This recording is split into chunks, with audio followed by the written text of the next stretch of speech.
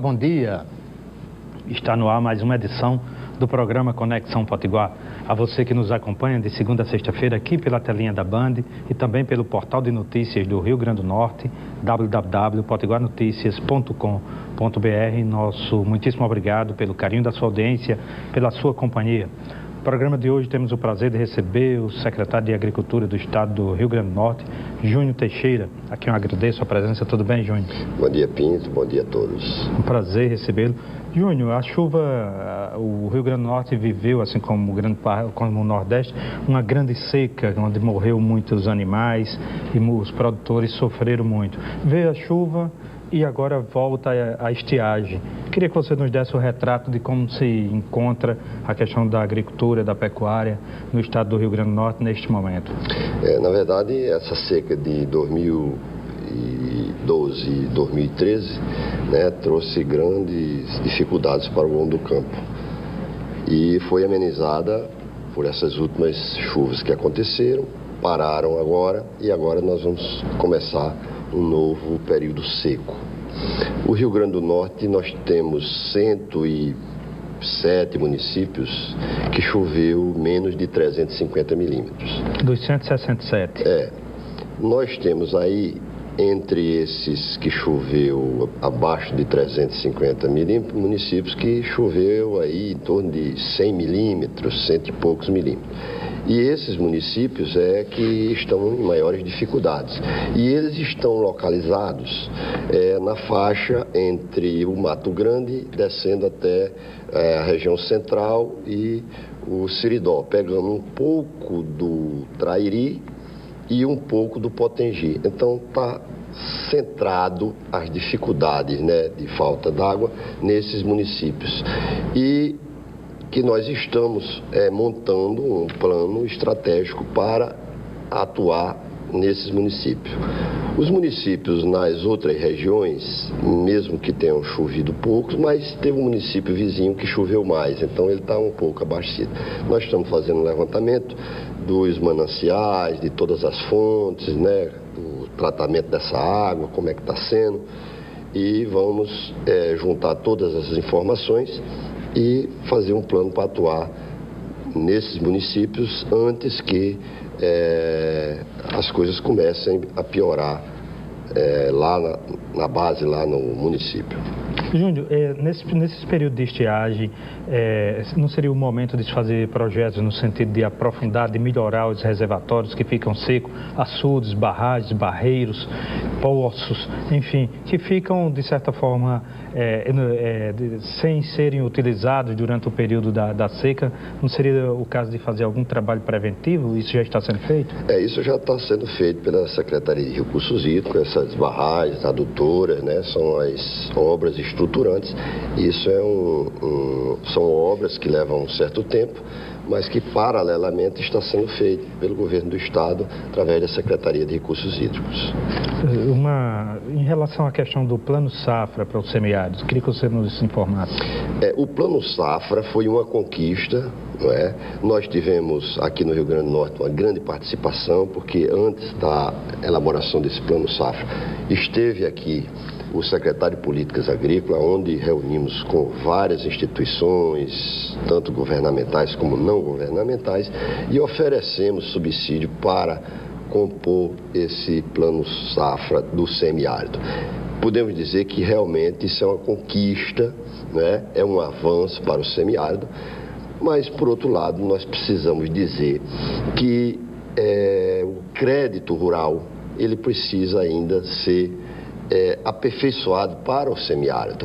Nós temos tecnologias de convivência com o semiárido, nós temos a Embrapa que tem um grande trabalho, mas nós não temos um crédito rural que seja adequado ao semiárido. Queria que o senhor dissesse como é que ele é e como seria o adequado. O crédito rural hoje, ele, como nós vimos no ano passado e ainda nós estamos vivendo essa grande dificuldade do produtor rural, porque ele torna-se inadimplente porque tem uma seca. Essas secas são cíclicas. Ele toma um empréstimo para 5, 6, 10 anos, no meio no meio desses 10 anos, tem várias secas. Que e o torna inadimplente, né? O crédito rural, hoje, ele não considera essas secas. Considera que é um ano normal e ele vai ter que pagar aquela parcela daquele ano mesmo seco. Isso prejudica porque ele interrompe a sua produção, interrompe a sua capacidade de gerar renda e não pode pagar o banco.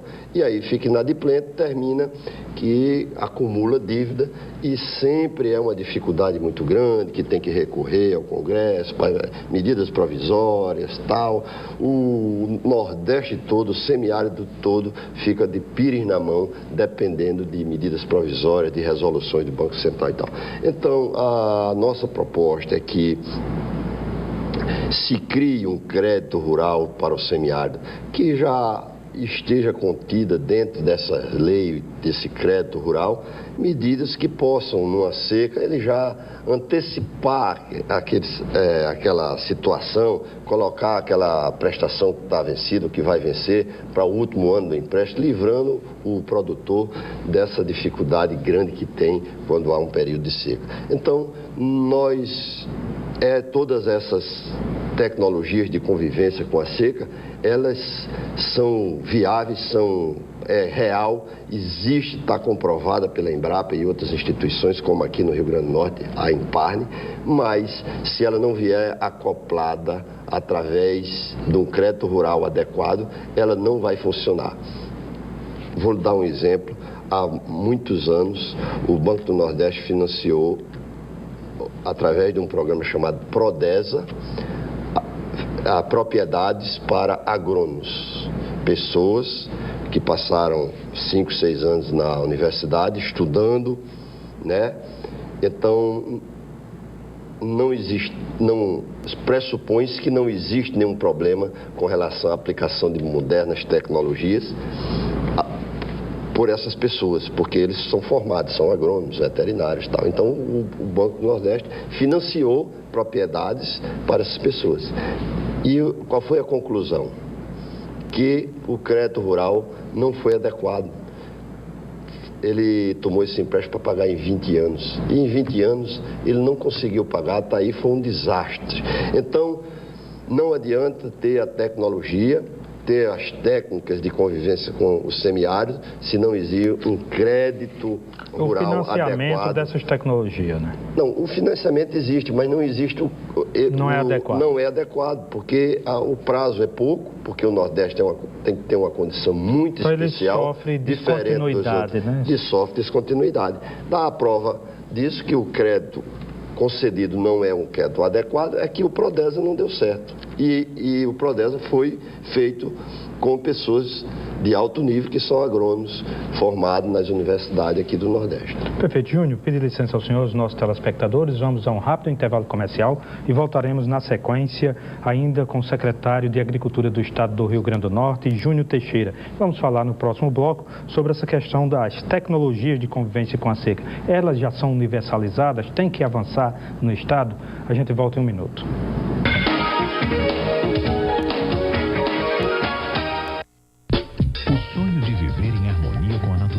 Sem esquecer o conforto, está se tornando realidade. Condomínio Sustentável Veredas do Lago Azul, no Vale do Pium. Acredite, depois de conhecer, você vai querer ficar. Um empreendimento que une sustentabilidade e tecnologia, arborização preservada, casa-clube com mais de 50 opções de atividades para um lazer completo, coleta seletiva do lixo, mais de 600 árvores adultas, distância mínima de 6 metros entre as casas e energia solar nas áreas comuns. O Veredas do Lago Azul possui estações de tratamento de água e esgoto próprias, reuso de água tratada, rede de internet interligada por fibra ótica e rede de energia subterrânea. Condomínio Sustentável Veredas do Lago Azul. Plantão de vendas no local.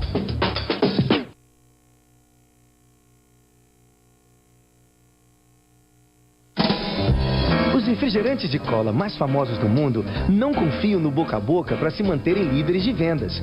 Por isso mesmo, nunca deixaram de anunciar. Por que com a sua marca vai ser diferente? Propaganda com resultados é mais do que o boca a boca. É planejamento, plano de mídia preciso, estrutura completa, profissionais que sabem o que estão fazendo e o porquê de suas ações. Quer anunciar? Procure uma agência de verdade. Uma campanha do Sinapro RN. Vai com essa força insinuante, vai que essa força é gigante, vai, insinuante é forte por você. Vai pegar sua cozinha em aço por R$ 39,90 mensais no carnê. Cama box casal Ortobon ou guarda-roupa 10 portas é seu por R$ 299 cada. E vai que é no melhor crediário do Brasil. Vai! Vai com essa força insinuante, vai.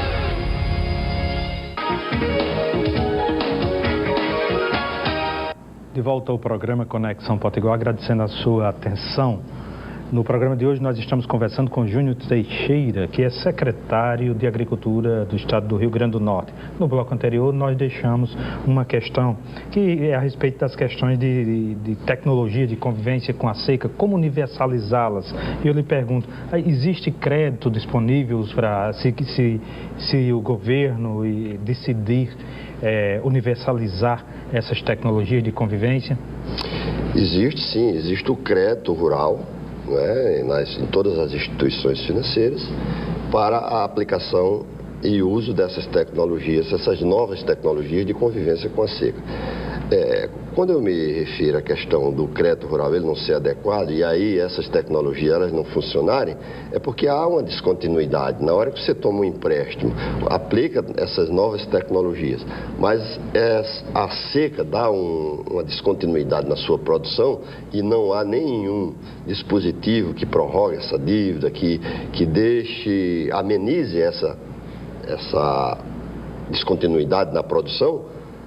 O criador e o produtor, mesmo usando essas tecnologias, elas terminam não fazendo o efeito que é esperado. Então, a tecnologia, nova tecnologia, as tecnologias de convivência com a seca, elas devem vir apoiada ao seu lado, um crédito rural que seja adequado, que não permita descontinuidade no processo, que permita ao produtor rural dormir sossegado, sabendo que mesmo num período de seca ele vai ter um tratamento diferenciado, diferentemente do que acontece hoje, preocupado na sua fazenda, com perdas e ameaçado de perder o seu patrimônio por ações dos bancos. Júnior, a gente sabe que o sol é a grande fonte de energia para a produção, sobretudo na fruticultura, não é? E a água é que é a grande sem a água, com o casamento com a água é que dá, claro, o momento de fartura. Outros países do mundo não resolveram essa questão de trazer a água de onde tem para o local onde não tem. Aqui eu estou colocando isso para lhe perguntar, a questão da transposição do Rio São Francisco amenizaria essa questão? Resolve. Porque manteria os mananciais abastecidos e aí, através de adutoras, espalhava-se, imagino. Resolve em parte, não é? Naquele trecho onde o leito do rio vai passar, ele resolve em parte. Porque pereniza. Mas nós temos um conjunto que tem que ter o solo, a água e o solo, né? Às vezes o solo não é compatível para fazer irrigação, ou mecanização e tal. Mas o Rio Grande do Norte nós temos, por exemplo, nessa área da fruticultura,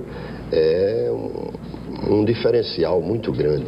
Nós tivemos agora, Pinto, Júnior, a visita de uma missão chilena que veio verificar o nosso sistema de defesa agropecuária e, dependendo disso, vai importar o melão aqui do Rio Grande do Norte. Isso é negócio para acontecer ainda este ano, começar esse ano e se consolidar nos próximos anos, negócio de 30 milhões de dólares para o Estado. Eles ficaram encantados com o nosso sistema de defesa e esperamos que, dentro em breve, esse acordo entre os países seja feito e nós passamos a exportar, e já exportamos para a Europa, para os Estados Unidos, exportar também para o Chile, que é um grande produtor de uva, mas que é importador das frutas tropicais. Isso aí pode ser um alento importante. É uma saída importante para mais um país importando frutas aqui do Rio Grande do Norte.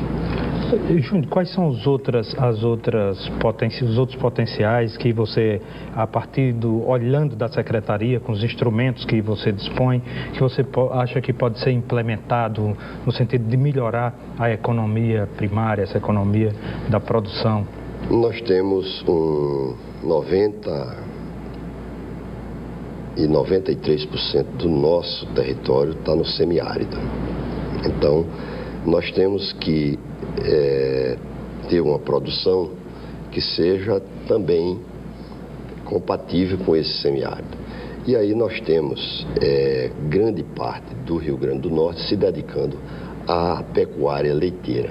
Então nós temos que fortalecer essa pecuária leiteira porque já existe há mais de 300 anos e que está no sangue do nosso sertanejo, principalmente numa região como a região Seridó, que se dedica exclusivamente à pecuária leiteira. Então nós temos que ter um olhar para a pecuária leiteira do nosso estado e, nesse sentido, houve recentemente um aumento do preço do leite. Nós estamos dando incentivo ao produtor de leite através do benefício da torta e vamos ampliar ainda mais esse benefício. E, por outro lado, nós temos também a caprino-ovinocultura no nosso estado, que é muito forte. Eu, andando pelo estado, pelo interior, nós vimos que muito gado não morreu graças ao caprino. E as pessoas me perguntam por quê? Porque enquanto o gado emagreceu bastante, na fazenda, nas propriedades ainda existiam o caprino e o ovino gordo. E foram eles que formaram a receita para comprar o alimento para escapar os bovinos. Então, foram por sacrifício. Foram por sacrifício. Nós temos que dar um tratamento especial a isso. Nesse sentido, nós estamos preparando... O Sebrae tem um estudo, me perdoe, o Sebrae tem um estudo que aponta que o adequado para esse local, para o semiárido, é justamente o bode. Porque consome alimentos grosseiros e consome pouca água. Nesse sentido, nós estamos tentando, junto ao Ministério da Ciência e Tecnologia, a multiplicação do rebanho da Emparne, dos caprinos e ovinos, que é raças nativas, né? A morada nova do ovino e o canindé e o mochotó da raça caprino. Estamos tentando fazer a multiplicação desse rebanho e repovoar o estado do Rio Grande do Norte com esses animais que têm uma convivência muito boa com o semiárido. Júnior Teixeira, secretário de Agricultura do Estado do Rio Grande do Norte, queria agradecer a sua presença e lhe passar o jornal Potiguar Notícias, que está nas melhores bancas. Muito obrigado. Muito obrigado, Pinto. Obrigado a todos. Muito obrigado. Você que está nos acompanhando, não saia daí. A gente volta em um minuto conversando com Paulo Teixeira, que vai para o CNJ. Um minuto só e a gente já volta.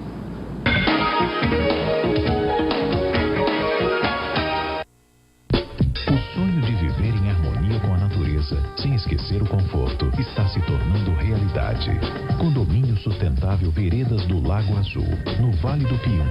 Acredite, depois de conhecer, você vai querer ficar. Um empreendimento que une sustentabilidade e tecnologia, arborização preservada, casa-clube com mais de 50 opções de atividades para um lazer completo, coleta seletiva do lixo, mais de 600 árvores adultas, distância mínima de 6 metros entre as casas e energia solar nas áreas comuns. O Veredas do Lago Azul possui estações de tratamento de água e esgoto próprias, reuso de água tratada, rede de internet interligada por fibra ótica e rede de energia subterrânea. Condomínio Sustentável Veredas do Lago Azul. Plantão de vendas no local.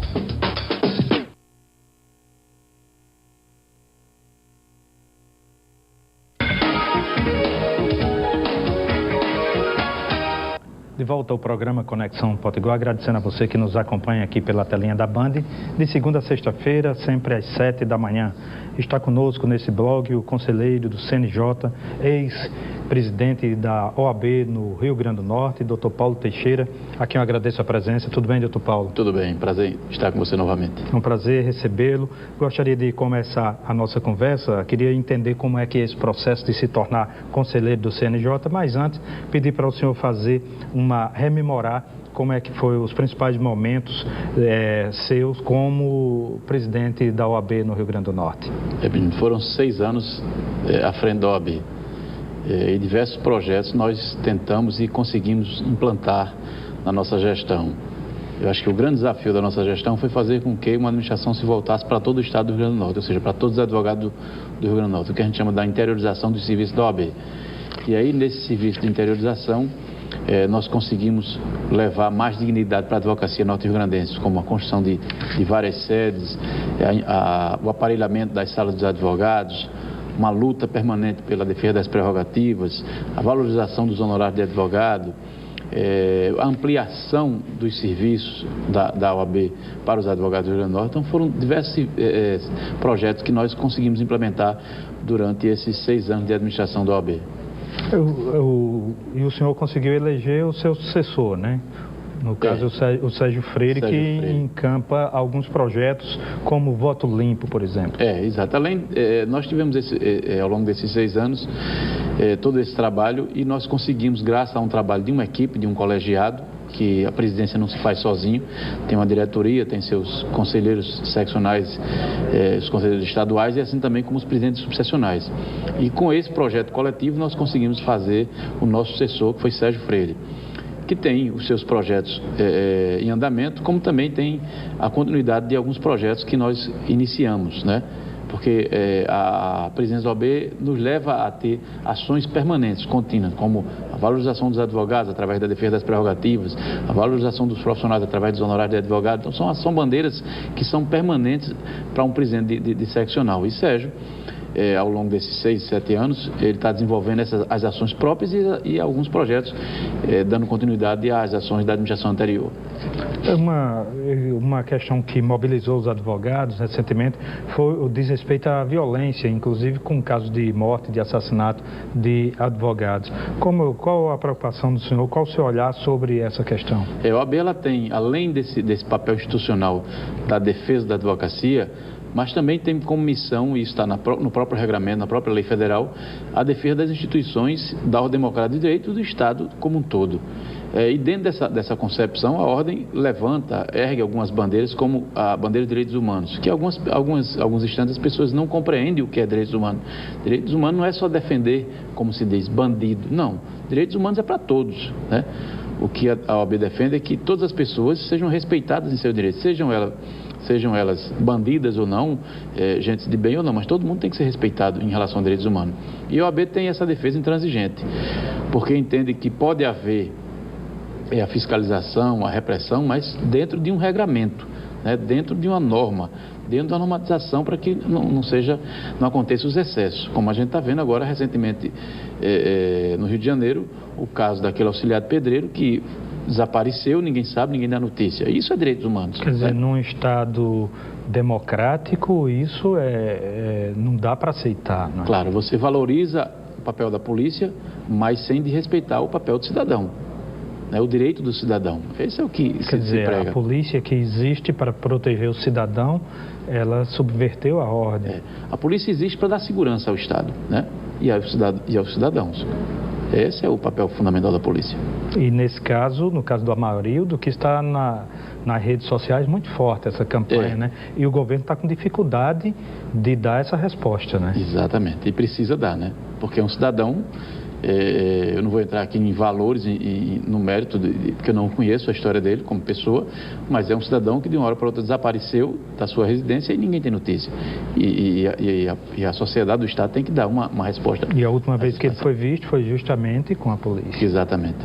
E como é que foi esse processo para o senhor se tornar conselheiro do CNJ? Eu insisto nessa pergunta porque o senhor concorreu com estados muito mais poderosos, né? O processo dá da seguinte forma: existe o CNJ, que é o Conselho Nacional de Justiça, composto por 15 conselheiros. Dentre esses 15, alguns originários da própria magistratura, outros do Ministério Público, da Advocacia e também da população, da sociedade, por meio do Senado e da Câmara Federal.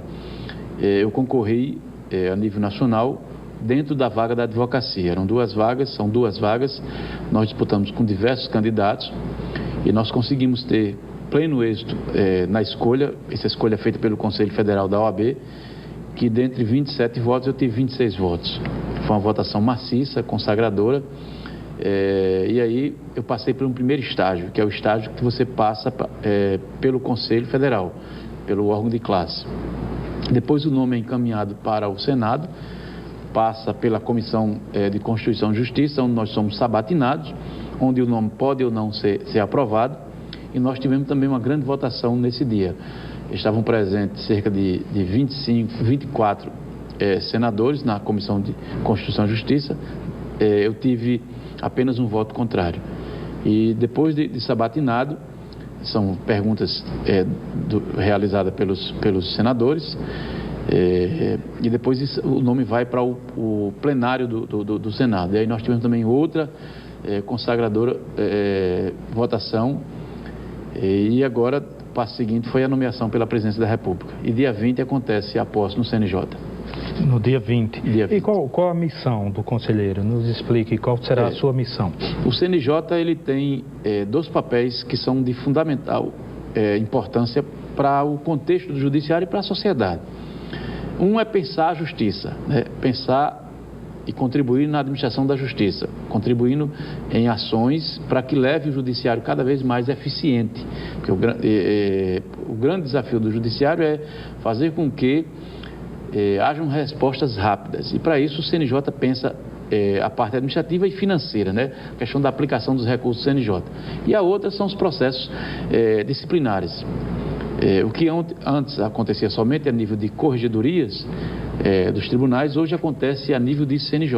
O cidadão que entende que tem uma denúncia, que tem um procedimento a ser encaminhado aos tribunais, pode também encaminhar ao CNJ e o CNJ faz essa apuração. Ou seja, tem o lado do planejamento, né, da administração, de contribuir na administração do judiciário, e tem um lado de corrigir as distorções em relação ao comportamento de magistrados. E isso tem a ver com um desafio que eu imagino ser da justiça, de tornar-se mais ágil. Com certeza. Porque a grande crítica hoje que se faz ao judiciário é a morosidade. O grande desafio dos administradores dos tribunais e do CNJ é fazer com que o judiciário seja célere, seja eficiente, as decisões sejam rápidas, porque não se pode conceber no mundo hoje, onde prevalece o acesso às comunicações, às informações através e hoje com a implantação do processo eletrônico, que processos se arrastem por mais de 10 anos, 15 anos, 20 anos. O que se quer é um judiciário que atenda às necessidades da sociedade e responda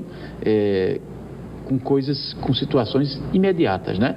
Claro, decisões pensadas, mas uma justiça célere e eficiente para que a gente possa ter as correções no seu devido tempo. Você muitas vezes até prescreve, né? E a justiça deixa de ser feita. Nos casos de procedimentos criminais, né? Algumas pessoas escapam das penalidades em função de uma prescrição da pena. E isso é inadmissível no contexto de uma estrutura do judiciário.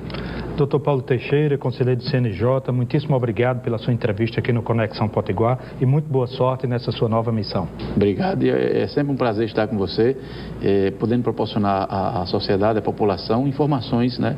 E esse seu programa é de fundamental importância porque leva ao conhecimento da população ações de diversos segmentos da sociedade norte-riograndense. Muito obrigado, Dr. Paulo Teixeira. Muitíssimo obrigado a você, caríssimo telespectador, caríssima telespectadora, que nos acompanha aqui pela telinha da Band e também pelo portal de notícias do Rio Grande do Norte, www.potiguarnoticias.com.br. Grande abraço, até mais.